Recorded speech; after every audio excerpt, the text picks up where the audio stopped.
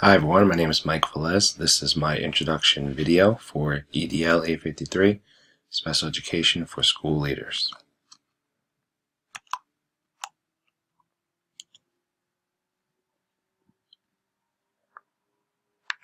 Some of my personal demographics. I have been married for 9 years to my lovely wife, Melissa. We have 2 children, our son Landon, who is 4, and our daughter Avery, who is 2. We have a dog named Miley.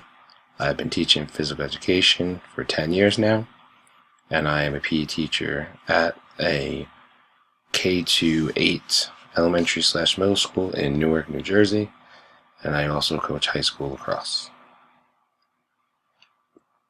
I'm now going to talk about how George Washington/Bruce Street School facilitates the use of appropriate content-based learning materials and learning strategies for students with special needs. The school I teach in is actually 2 schools. It's George Washington Carver, and then we also have a hard of hearing and deaf school, which is the Bruce Street School.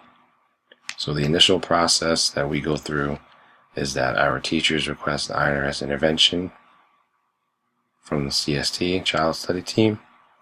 Our parents are notified of the request. There's a meeting held with the teacher, the CST, and the vice principal. There's a 20-day period where a plan is put together, which is the IEP. Then the parent has 15 days to accept or deny the IEP plan. And if all is approved, the IEP is applied to all classroom activities. I then went on to talk about the classroom teacher's responsibility. Each teacher is required to review the IEP and sign off and hold a copy of the student's modifications. We have a special education teacher for help and support within all of our grade levels. We have them split up between K-2, 3-5, and 6-8.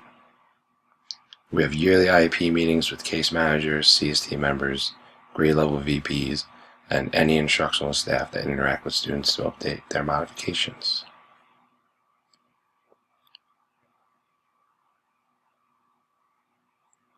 I just want to talk a little bit more about our hard of hearing and deaf school that we have at George Washington Carver. We have, for each classroom from pre-K all the way 8th grade, there is an interpreter. So every time I see these children in their classes for PE, there's an interpreter that comes with them every time, even the pre-K students. When they go to any of their specials, art, music, cooking, an interpreter always goes with them. All special area teachers have access to their IEP and or 504. Critiquing my own personal use/non-use of appropriate content-based learning materials and learning strategies for students with special needs in physical education. So my average class is about 35 to 40 students, which makes it difficult to modify and address all the needs of our students, but I do try my best, and I have a co-teacher that also does a very good job at trying to manage everyone at certain times. Modifications in IEP are usually specified for the classroom, so we don't really deal with a lot of extra time needed or use of a calculator. The one thing that we do usually do adhere to is having that student in close proximity to the teacher during instructional time. I always focus on small group or individual instruction as needed. And also with our Bruce Street students, the hard of hearing and deaf students, I've learned enough sign language to help assist instruction to those students. When colors like yellow, blue, green, orange, red, having them sit.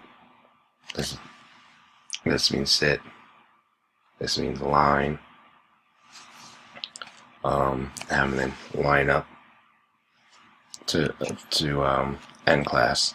So since last year, my second year now here at the school, I've picked up a pretty good, vast variety of sign language to direct the students on where to go and things like that. But I still have that instructor, the interpreter, with me at all times during class. My plan of action. It's pretty simple. We need more aides, more paraprofessionals in the classroom. We have many classes in our building that don't have any aides, and students really need the extra support and interactions from other adults. I personally would like to be part of the INRS team, and I think all the special ed teachers should be part of the INRS team. We see them the most. We see every single child in the building, so I think it's a good chance to understand more from the child than just from their teacher day to day, and then provide us instructional staff with more professional development regarding special needs.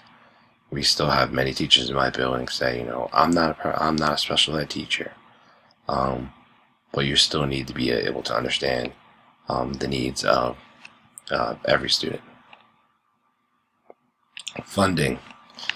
To get more aides, more paraprofessionals, we need a bigger budget. We can try and hire outside individuals for professional development, but again, that needs funding. And one way to counteract this is special education department can search for grants, and then we could also budget increase for more technology. And I want to leave you all with this quote. Well, there's two quotes here. It takes a special kind of person to care for a child with special needs. And it's crossed out and it's replaced with a child with special needs will inspire you to be a special kind of person. Thanks for watching, and I look forward to learning from everyone throughout this class.